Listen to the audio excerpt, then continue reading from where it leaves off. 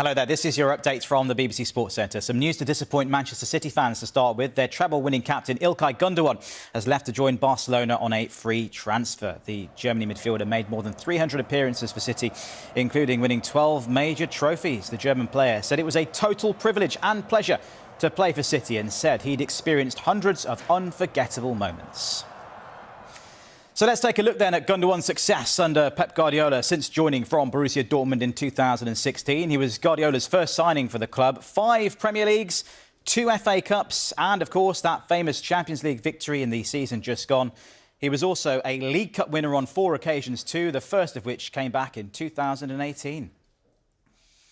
A real statement from Mexico at the CONCACAF Gold Cup after beating Honduras 4-0 in their opening group game. Luis Romo scored twice, the first after just a minute, as the most successful side in the competition looked to win back the title from the USA. Earlier, Haiti beat Qatar 2-1 with a stoppage time winner. Qatar playing in the tournament for the second time after making their debut in 2021. And Trinidad beat St Kitts and Nevis 3-0. The tournament will be played in 15 stadiums across 14 cities in the US and Canada. Now, Hollywood actors Ryan Reynolds and Rob McElhenney are expanding their sport portfolio with an investment in Formula One. The pair, of course, famously bought Welsh football club Wrexham and got them promoted back to the English Football League last season. Now they're part of a group investing in British-based Alpine Racing. The team's parent company, Renault, announced the sale of a 24% stake on Monday morning. Golf now, and China's Ru Ning won the Women's PGA Championship with an incredible birdie winner on the last hole of her final round. The 20-year-old was level with Japan's Yuka Saso on 7 under, heading to the par 5 18th on Sunday, and managed to sink her 4th birdie of her last round to win in New Jersey and claim her first major title. Ireland's Leona Maguire started the day with a 1-shot lead, but dropped down the leaderboard to finish in a share of 11th, 4 shots behind Yin, who was overjoyed by her victory. It means a lot, but I still feel so unreal right now. Before today, I didn't even think about it. And after 9 holes, when we at a clubhouse, I started thinking about, oh, maybe I have a chance to win this championship.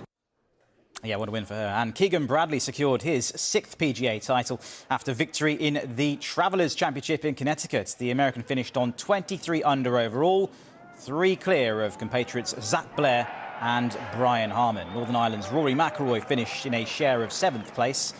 Bradley overcame a back 9 wobble to follow up his success at the Zozo Championship 8 months ago.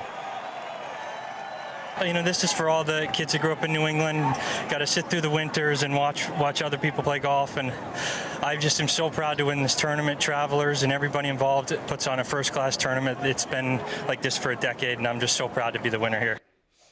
Cricket now, in Australia are closing in on a victory against England in the women's Ashes Test at Trent Bridge. Australia need just 3 more wickets after taking 2 in the opening hour of the morning session. England resumed on 116 for 5 and they're now 157 for 7, chasing 268 to win, which would be the highest chase in women's Test history. Ash Gardner has 5 wickets for Australia. The winner takes 4 points then in this multi-format series. West Indies are taking on the Netherlands as part of the ongoing qualification for this year's Men's Cricket World Cup. They scored 374 for 6 in the one-day match in Harare. Nicholas Pooran surpassed 100, finishing on 104 not out. The West Indies come into this having lost to Zimbabwe, level with the Netherlands in the group, who beat Nepal in their previous match. And Zimbabwe can make it 4 wins out of 4 if they beat the USA. They made 408 for 6 off their 50 overs, mainly thanks to Sean Williams' huge score of 174. The American team have lost all 3 of their matches so far and will be up against it when they start their run chase shortly.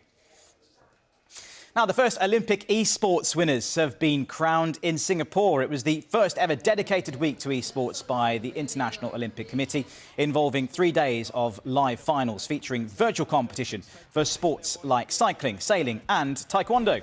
14-year-old Singaporean Nigel Tan became the host country's first Olympic esports series winner in the taekwondo event. Organisers feel it can be the start of big things to come.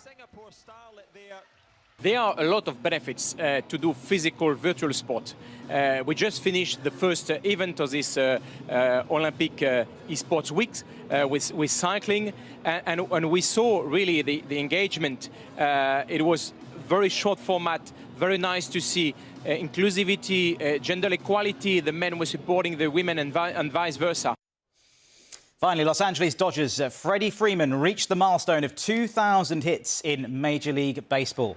His line drive to right field in the 8th inning was his second double of the night during the Dodgers' 6-5 loss to the Houston Astros. Freeman spent his first 12 seasons with Atlanta after the Braves selected him in the second round of the 2007 draft. He's the 295th player to get to the 2,000 mark. And what a mark it is. That is just about it from us, though. You can, of course, get all the latest on the BBC Sport website, including that culmination to the women's Ashes test between England and Australia. We'll be back with more later on. We'll see you then.